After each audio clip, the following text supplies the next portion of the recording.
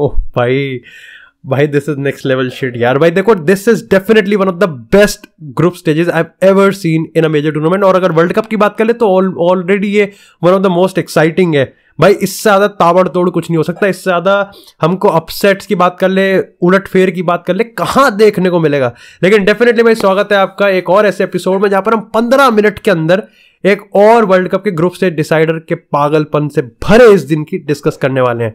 लेकिन group stage पे बात करने से पहले भाई ऑफिशियली अब नॉकआउट स्टेज के ब्रैकेट्स हमारे सामने हैं और बहुत ज्यादा ताबड़तोड़ है, उस पर डिस्कस करेंगे।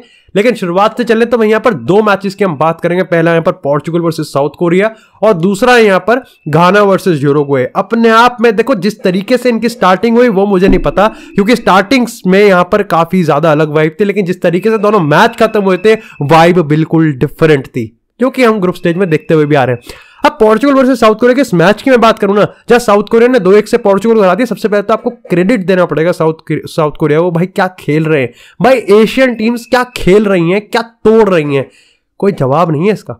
भाई Heungmin Son at every attack बहुत ज्यादा थ्रेटनिंग लग रहा था। साथ ही साउथ कोरिया जिस इंटेंसिटी से फिर आगे बढ़ना स्टार्ट करी थी वो भी अपने आप में काफी ज्यादा इंप्रेसिव है। हाँ उन्होंने सेटबैक करा था, लेकिन जब उनको पता चला कि अब यहां पर अर्जेंसी है, उन्होंने गोल स्कोर कर भी दिया। भाई मेरे को लिटरली ऐसे धक धक होने लगा कि क्या बात कर रहा है, क्या बात कर भाई। लेकिन they scored it, they scored the dam goal of this momentum based Portugal. अब पोर्चुगल के रिगार्डिंग आप बुलिश भी हो सकते हो और आप एक्चुअली में यहां पर उनको अंडरमाइन भी कर सकते हो, आपको कोई भी ओपिनियन हो। लेकिन एक चीज तो कंफर्म थी, पोर्चुगल अगर वो मैच जीतती तो एकमात्र ऐसी टीम बनती जो कि इस ग्रुप स्टेज में अनबीटेबल रही है। मतलब 3 के 3 जीते हैं, ड्रॉज ऐसी काफी टीम्स है जिन्होंने ड्रॉ खेले और 2 जीते हैं।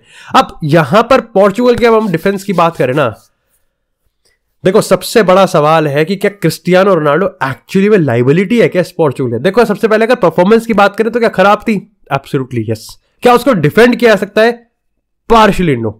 अब देखो इसके पीछे ना तुमको थोड़ा सा कंटेक्स्ट जानना जरूरी है। अब देखो अगर तुम मजाक मस्ती वाले आदमी हो ना तो देखो फिर कोई मतलब ही नहीं है, फिर तो हंसी मजाक हो और कोई दिक्कत। लेकिन अगर तुम इसको थोड़ा सा, इस कंटेक्स्ट को थोड़ा सा डेप्थ में जानोगे ना तो तुमको पता चलेगा कि एक्चुअली में दिस इज नॉट समथिंग कि हमने इस सीजन पहली बार देख रहे हैं। अब अगर रोनाल्डो की परफॉर्मेंस की बात करें तो काफी लोग इसको मेंटली कनेक्ट कर देते हैं और कहीं लोग इसको फिजिकली कनेक्ट करते हैं। अगर मेरी बात करोगे तो मेरे को लगता है दोनों का हाइब्रिड है। लाइक आप इसको मेंटली भी कनेक्ट कर सकते हो और आप फिजिकली भी कनेक्ट कर सकते हो। क्योंकि जहां मैं मेंटली कहता हूं तो जहां मेरे को यह चीज लगती थी कि देखो रोनाल्डो की परफॉर्मेंस बहुत तगड़ी नहीं आ रही है, तगड़ी भी नहीं आ रही है, एक क्रिटिसाइज के बिल्कुल काबिल है, लेकिन एक्चुअली में he is enjoying himself in this Portugal squad, जो कि वो यूनाइटेड के स्क्वाड में तो बिल्कुल नहीं कर रहा था। हाँ ये उसका पर्सनल प्रेफरेंस और रेफरेंस पॉइंट ऑफ व्यू से मैंने बात करा है। अब उसकी खुद की परफॉर्मेंस की बात करूं तो देखो ये अभी भी कहना मुश्किल है कि वो किस तरीके से यहां पर पोर्चुगल को हेल्प कर रहा है। हाँ ये again definitely he is Cristiano Ronaldo और वो एक बिग गेम प्लेयर है। और मैं भाई डेफिनेटली इसके ही, आप चाहे तो मुझे बायस क्या हो चाहे तुमको, लेकिन मैं डेफिनेटली इसके फेवर में रहूंगा कि Cristiano Ronaldo will turn the tables around any time, वो कभी भी हो सकता है और वो जरूर होगा। तो भाई तुम मेरे को कुछ भी कह सकते हो, लेकिन अगर फिजिकली साइड की बात करें ना तो देखो यार ये भी सच है कि क्रिस्टियानो रोनाल्डो की उम्र हो गई है एंड 38 इयर्स ओल्ड से आप बहुत कुछ एक्सपेक्ट नहीं कर सकते। और ये भी एक बहुत बड़ा पॉइंट है कि दो फैन बेसिस क्यों आपस में टकरा रहे हैं, क्योंकि जहां एक बिल्कुल भी नहीं एक्सपेक्ट करता वहीं दूसरा अभी भी कहीं ना कहीं ये मान के चलता है कि रोनाल्डो 24 का है। अब मैंने फिजिकली इसलिए बोला क्योंकि यार देखो रोनाल्डो जो दिमाग से खेलता है वो उसकी बॉडी कहीं ना कहीं अडेप्ट अभी नहीं कर पाई है और कर भी नहीं पाएगी, क्योंकि यार रोनाल्डो का जो IQ है और रोनाल्डो जिस तरीके से अपने आप को पुश कर रहा है, he has some limits physically now, mentally वो जिस तरीके से करना चाह रहा है वो है। लेकिन आज अगर हम ये, तो खैर मैंने ओवरऑल जनरल की बात करी, ये मैंने तुमको इस क्वेश्चन का आंसर दिया ना। आई होप कि भाई as a die hard Ronaldo fan मैंने इसको जितना अनबायस्ड हो सके मैंने उतना अनबायस्ड ले, लेकिन काफी खैर अगर तुम मेरे बायस पे सवाल करोगे तो चौड़ पूरी है। लेकिन इसी के साथ अगर बात करें यहाँ पर परफॉर्मेंस की, देखो रोनाल्डो ने चांसेस मिस किए जो कि वो बुरी कर देता, लेकिन एटलीस्ट यहां पर मेरे को अभी भी लग रहा है कि the Cristiano Ronaldo is lot to offer. और रोनाल्डो एक्चुअली में एक फोकल पॉइंट और एक फियर डालता है सामने वाले डिफेंस लाइन पे। आप कितना देखो, सामने वाली डिफेंस लाइन ट्विटर नहीं पढ़ के नहीं आती है कि हाँ 25 लोगों ने मजाक उड़ा दिया तो ठीक है ये कुछ नहीं करेगा। उनको पता है कि 800 गोल मारे तो गांड में घुस जाएगा ये, तो उनको पता है कि रोनाल्डो इज फियर।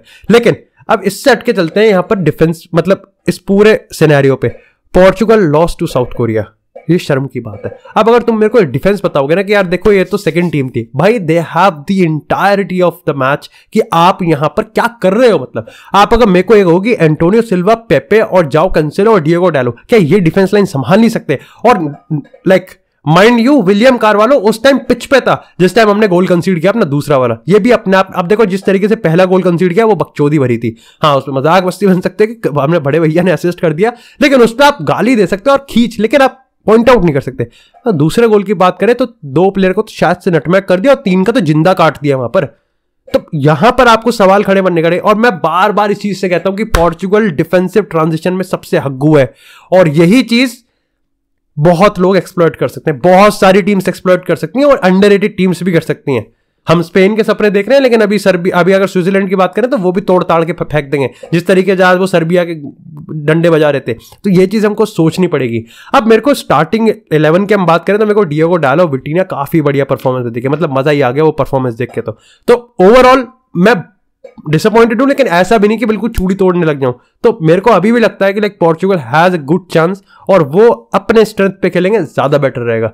एक चीज है जो शायद से ठीक नहीं करेंगे और उसी वजह से पिल जाएंगे, वो है काउंटर अटैक पे हमारा गोल खाना। वो तितर पितर हो जाएंगे हम। हाँ ये है कि फुल बैक्स मेरे को अभी भी यही चाहिए। अच्छा लगा जाओ cancel on the left back and डालो द राइट बैक, परफेक्ट है बिकॉज नूनो मेंडेस नहीं है तो ये चीज होनी चाहिए। अगेन एक छोटा सा मेरा ये है कि why Rafael Leao was not started ahead. जब राफेल लियाओ को आपने खिलाया ही नहीं है तो काहे का इंजरी इशू भाई। तो मेरे को समझ में नहीं आया कि होर्ता और जाओ मारियो को आपने क्यों खिला दिया। Even if it is a dead rubber game तो आप राफेल लियाओ को कब स्टार्ट करोगे और उसको कब इंपॉर्टेंस दोगे, क्या स्ट्रैटेजी है उसको यूज करने के पीछे, ये भी अननोन है। लेकिन अब बात करते हैं दूसरे गेम की। Like this has to be a script भाई, मतलब this has to be a script. Penalty miss, मतलब 12 साल बाद वो इंसिडेंट वापस हो रहा है, हाइप लगती। हाँ ये ठीक है, आप फील कर सकते हो फॉर लुइस सुआरेस किस तरीके से वो रो रहा था, लेकिन then you have to like वो पूरा कंटेक्स्ट जब आप जानोगे ना तो आपको एक फुटबॉल फैन एक नॉस्टैल्जिया हिट होगा। मतलब घाना लाइक यार 9 इंजरी टाइम में भाई वो सब्स्टिट्यूशन कर रहे हैं, शिटहाउसरी नेक्स्ट लेवल है and they have every right, वो they have every right to justify it, क्योंकि उनके साथ भी ये चीज एक टाइम पे हुई थी। द गेम की अगर हम बात करें, यूरुग्वे ने अपना बेस्ट फुटबॉल खेला इस वर्ल्ड कप का, लेकिन अगेन जो मैं जर्मनी की बात करता हूं, सालों ने गोल तब मारना स्टार्ट किया जब वो ऑलरेडी वर्ल्ड कप से बाहर हो गए थे, एंड यूरुग्वे ने खेलना तब स्टार्ट किया जब ऑलरेडी उनकी जो किस्मत थी वो किसी और के ही हाथ में थी, साउथ कोरिया के हाथ में, और साउथ कोरिया गोल स्कोर करते ही यूरुग्वे की पैंट उतर गई। तो वहां पर कहीं ना कहीं मेरे को लगता है कि you are just too late to improve, and वहीं पर ही मामला सटक गया। अब पर्सनली मैं थोड़ा डिसअपॉइंटेड हूं, बट अगेन कौन नहीं होगा। मेरे को लगता था यूरुग्वे के पास इतना स्क्वाड डेप्थ है कि ये किसी को भी फोड़ फाड़ के रख सकते हैं, विच दे शुड हैव, बट यहां पर ऑफ कोर्स जब हम बात कर रहे हैं वर्ल्ड कप 2022 की, एक है अनप्रेडिक्टेबल, और यहां पर शॉकिंग मोमेंट हमको एक और देखने को मिला। ओवरऑल लाइक ये घाना वाला और यूरुग्वे वाला match, it was all vibe. और घाना मेरे ख्याल से डिजर्व भी करती थी, क्योंकि घाना टैक्टिकली फ्लॉड थी, they have intensity, they have quite technical quality भी। अब मेरे को ये चीज समझ में नहीं आई कि शायद से, if I am not wrong, मैं इस पर कंफर्म नहीं कह सकता, एक तो काफी पुरानी बात हो गई, और उसके बाद अब मैं इसको 4 साढ़े 4 बजे रिकॉर्ड कर रहा हूँ। आई थिंक जिसने पेनल्टी स्कोर की थी यूरुग्वे के अगेंस्ट और जिसने मिस भी करी है, वो वही बंदा था जिसने उस टाइम पेनल्टी मिस करी थी शायद से। मतलब अगर देखो ऐसा है तो बहुत चूतिया डिसीजन था जिसने भी दिया है। मतलब आप रिडेम्पशन यहाँ क्यों दे रहे हो भाई, ये इंतकाम राजकुमार राव बनने की जरूरत ही नहीं है। और अगर ऐसा नहीं है तो माफ करें, आगे बढ़ते हैं। लेकिन आगे बढ़ने से पहले let's actually talk about an application that you definitely should have if you are a football fanatic like me, and that is none other than OneFootball, a complete package of football that is just one click away from your phone device. That is, if you want statistics, matches, live commentary, records, your favorite clubs, total news, that is available on OneFootball, and that is just one click away in your mobile device. So do make sure कि आप यहाँ पर मेरे दिए गए link से install करें और उसको डाउनलोड करें, और आप यहाँ पर अप टू डेट रह सकते हैं 24/7. That is a football fan for me, and definitely that's a football fan for you. बस इतनी इंग्लिश आती थी मेरे को भाई। डू मेक श्योर कि आप OneFootball को जरूर इंस्टॉल करें and be a football fan 24/7.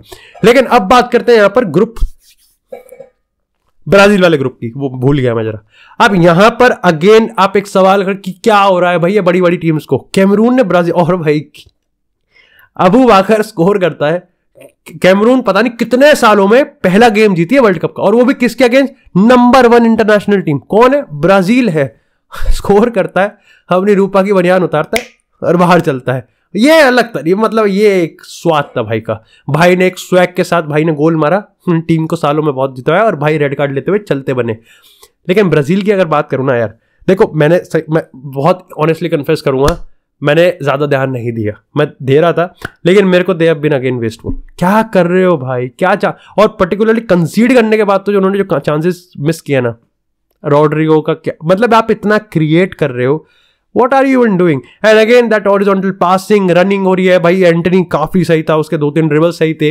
Raphinha भागने की कोशिश कर रहा है but still they are not ruthless. आप रूथलेस ही नहीं हो। अब अगेन आप पोर्चुगल वाला यहाँ पे मार सकते हो कि भाई जब आपकी सेकंड टीम है हैवीली रोटेट है तो आप क्या करोगे, इनके लिए डेड रबर गेम है। बट मेरे को यहाँ पर इसका मैं थोड़ा उलट सोचता हूँ। आई थिंक आपका जो मोमेंटम होता है वो जब टूट जाता है ना, विच डेफिनेटली कोई भी मैनेजर एक्सपेक्ट नहीं करता कि उनकी सेकंड टीम हार जाएगी, मतलब कोई क्यों ही करेगा।